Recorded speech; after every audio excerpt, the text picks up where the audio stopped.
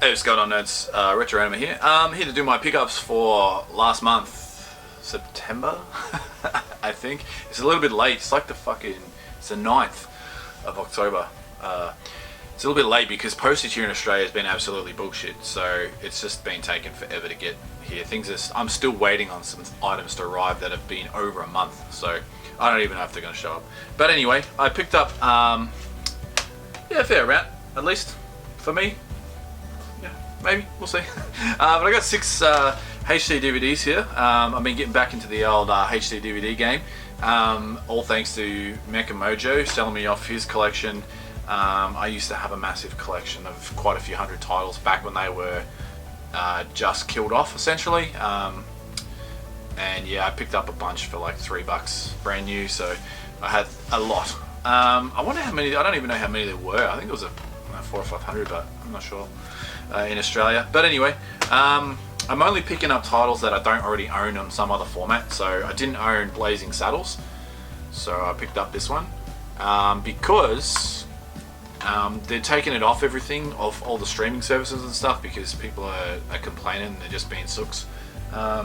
Just need to get over it. Movie's a movie, fucking get over it. So Blazing Saddles, I love the movies, hilarious.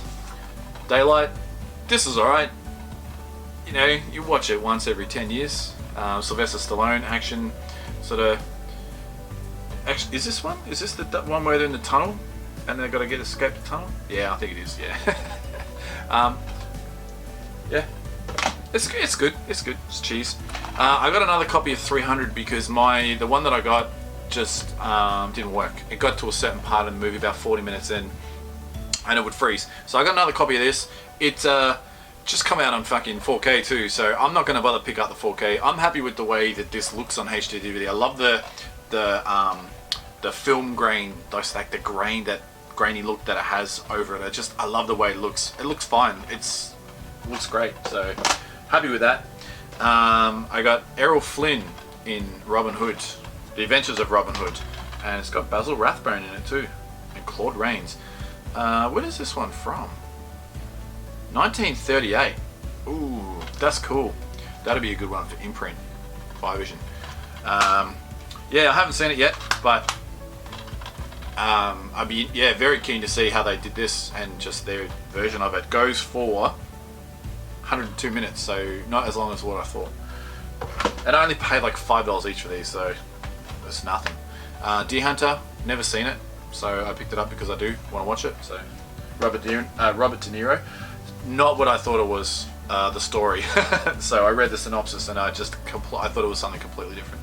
And Sahara, I really like this movie. I watched this again and I think it holds up. I think it's great. I'm very surprised that there's not any more. Like they didn't do any more of these because it's based off a series of books by Clive Barker. Not Clive Barker, you numbnuts. Come on, Dirk Pitt is the. Oh God, it's annoying me. Dirk Pitt is the character, but it's oh come on, Clive Cussler. That's it. Jesus Christ, and I'm supposed to be a librarian. Based off a series of books by Clive Cussler. Now, there's heaps of those books. There are so many books, especially with the character that Matthew McConaughey plays in this. So I'm surprised they never made any more. It must have bombed, but I don't know.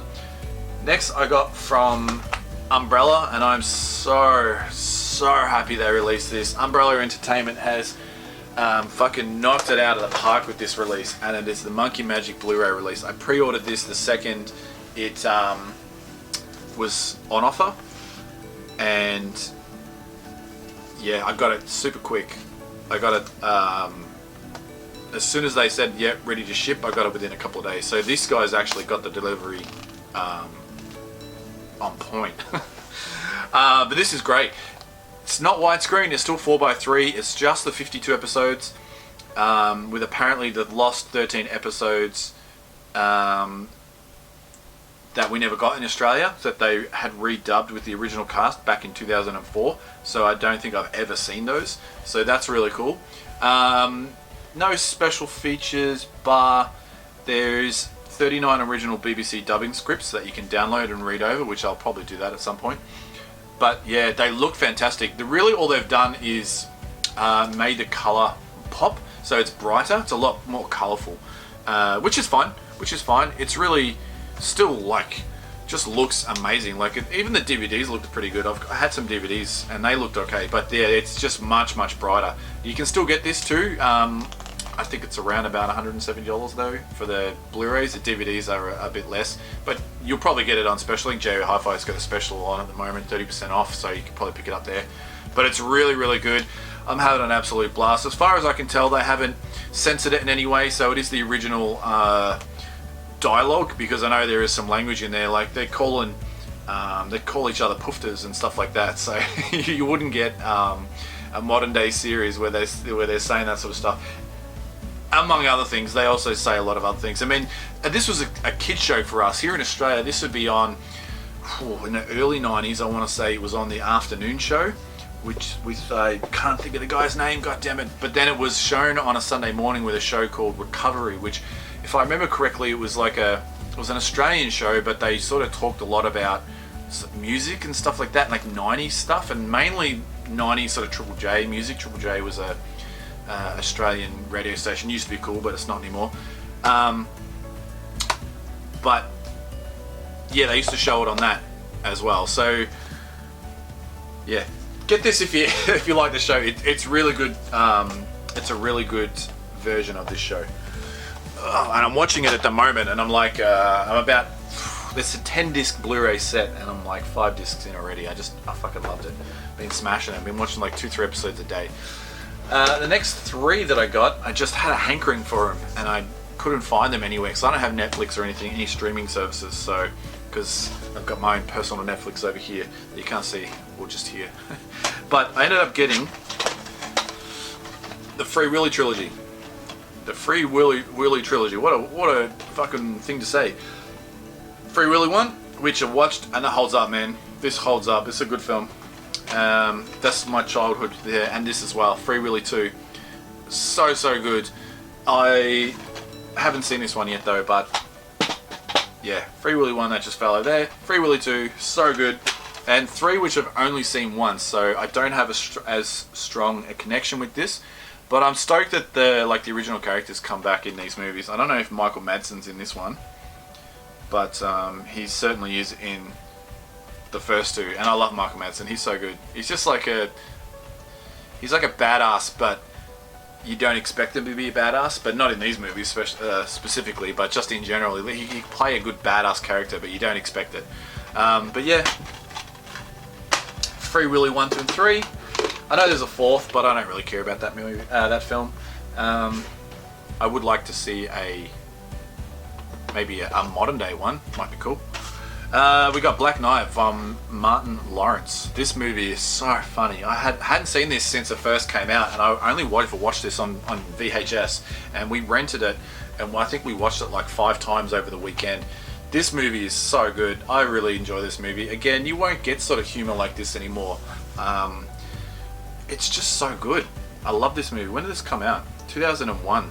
Wow. So old. It's like 19 years old.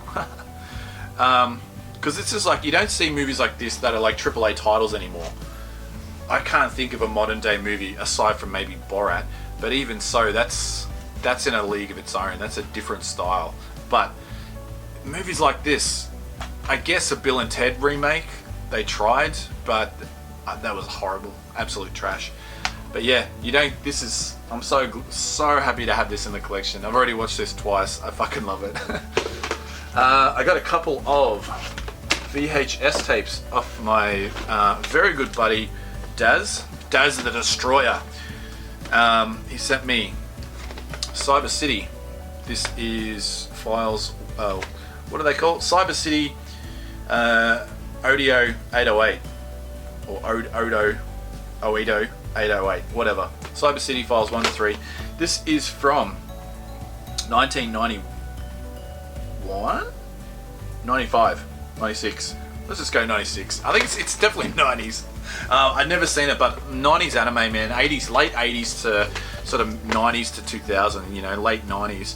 is just, I love that style anime. You don't get that anymore, and I just really just love it. It's very nostalgic for me as well, because I originally grew up on like Ninja Scroll and Akira and Ghost in the Shell, you know, those big three.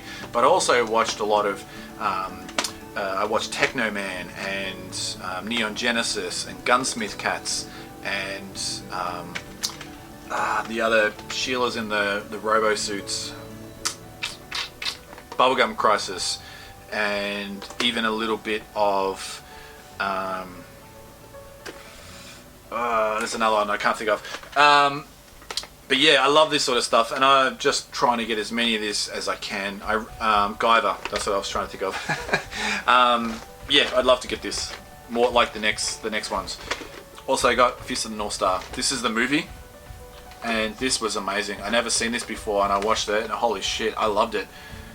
Really enjoyed this. Went for 112 minutes, and I was wondering why this fucking went for. I felt like it went for a while, but this is great. Very brutal, but just awesome. Really good. Very violent.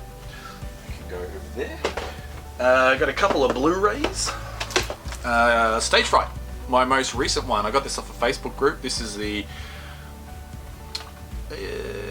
I'm guessing it's the original, or is it the remake? Let me see. I know there's a remake as well and an original, but this has got Minnie Driver, Ally McDonald, and someone that's covered by a sticker. Can't see. Yeah, Meatloaf. Oh, it's got Meatloaf in it. It's so good. Yeah, I don't know the year, but this disc, man, I know it doesn't. It's not an issue. But holy shit, this disc is so see-through. Like, I can see through this as clear as day. Like, that's unreal. I've never had a disc. It's not like I'm looking through nothing. I've never had a disc that's been so see-through before. You can't really tell because of the glare. But, can you see my fingers? Probably not. But yeah, that's unreal. I know it's probably not going to... I haven't tested it, but... It also was originally $42 from Sanity. Like, that's crazy. I can't remember a time when Blu-rays were ever that expensive for just like this. There's nothing special about it. There's no fucking special features on here. It only goes for 120 minutes. Jesus. But I hear it's pretty good, whichever if it's the remake or not. I've got to check it out. Just haven't checked it out. I got this for $5 from Cheapest Chips. Normally I put it in a Cheapest Chips haul, but it's wow. How did that even happen? Jesus. Yeah, normally I'd put this in a Cheapest Chips haul, but there wasn't anything else that I picked up. So, Jetta. This is Australia's very first feature colour movie, I believe, from 1955. Yeah, I'm pretty sure I read somewhere that it's our very first feature film done in colour. So this is fantastic. This is a really good movie. Basically follows the life of this young Indigenous Australian girl. I think she gets adopted, if I remember correctly. So I have seen this back on VHS when it. I don't want to say when it first came out, but probably not long after it first came out. We watched it for a school project, but it follows Jetta, and I'm sure she's adopted by some white people, and then she grows up in that sort of community, and then a native Indigenous Australian comes in and sort of kidnaps her because he wants her for his mate, I guess, and he kidnaps her and takes her away, and so another bloke goes in and tries to rescue her, and the ending is outrageous. Was not expecting the ending for this film, but it's really good. It is a fantastic movie and definitely deserves to be part of getting this Blu-ray treatment. I thought maybe because Umbrella are releasing a sunburnt range, like a boutique label of their own, and I thought maybe, which they're just doing Australian titles, this would be a good one for that. If they can get some special features and maybe give it a nicer treatment, but I haven't checked the quality of this. I'm sure it's fine though. Also, when I got my 101 film package last month or the month before, I can't remember, ISO days are just getting locked into, molded into one. They forgot to send me something, and then they just sent me this to which is what I ordered, but they finally sent it to me, and it's Vincent Price in Dr. Goldfoot, the complete collection. So you got Dr. Goldfoot and the Bikini Machine, and Dr. Goldfoot and the Girl Bombs, and then you've got also a copy of Jules Verne, Master of the World. I only picked this up because it was cheap, and it made my postage go down, or it was made the postage worth it for the other 2 titles that I got, but they didn't end up sending it anyway. But I got it eventually, and it is Vincent Price, so I don't know when I'll ever check them out, but they're there. I've got them now, so I'll watch it. And then the last 6 titles I got, I say that last 6, but I got this bloody creature features thing, and I absolutely hate this box, so I've been waiting to do this video so I can get this box and then throw it in the bin, because it is dumb. It comes with Sharknado. We love Sharknado. Come on, everybody loves Sharknado. I know you do. Bermuda Tentacles. That name, man. This has got Sarah Connor in this. Like, what the hell? She must be struggling for coin. When did this come out? 2014. Yeah, she must have needed some dollars for that. I wonder how much she charged for this movie. I'm gonna find that out. But it's from the producers of Sharknado, so you know exactly what it's going to be like. It's just tentacles, giant octopus or something coming out of Bermuda Triangle. We got Bigfoot, and this has got Danny Bonaducci in it, and Alice Cooper. I like Alice Cooper, but Danny Bonaducci is a bit of a, I think he's a Danny Bonadouche-y. I'll see myself out. After the video. But anyway, Bigfoot, yeah, it's exactly what the title says. I watched this one, Legendary, because it's got Scott Adkins and Dolph Lundgren in it. Now, I actually really enjoyed this one. I thought it was pretty good. Scott Adkins was really trying. He was trying his hardest for this movie. He only throws one punch. I think he needs to be in a movie where he can fight, because his fight scenes are unreal, absolutely unreal.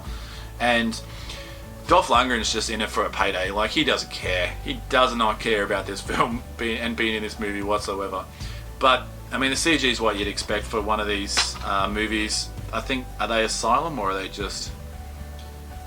They might be an affiliated. Fuck now. To Asylum, I'm not sure. But yeah, it's like Sharknado, but with a giant lizard creature. It looks like just a giant gecko. It looks so, it's so not menacing. But yeah, there's that. It was good though. It was pretty good. I enjoyed it. Although the actual video quality looked horrible. It looked really, really bad. Like, I've seen DVDs come out 20 years ago that look better than this. I know I'm not expecting it to be Blu-ray quality or anything like that, but when you can see the pixels, like each individual pixels when they're moving, it's like they haven't interlaced it properly when they made it. But I guess that's why I only paid like $15 for this set for these 6 movies, so I guess they got to cut some costs somewhere, and it was brand new. But yeah, very disappointed in the quality. Still watchable, but I just expected it to be a little bit better.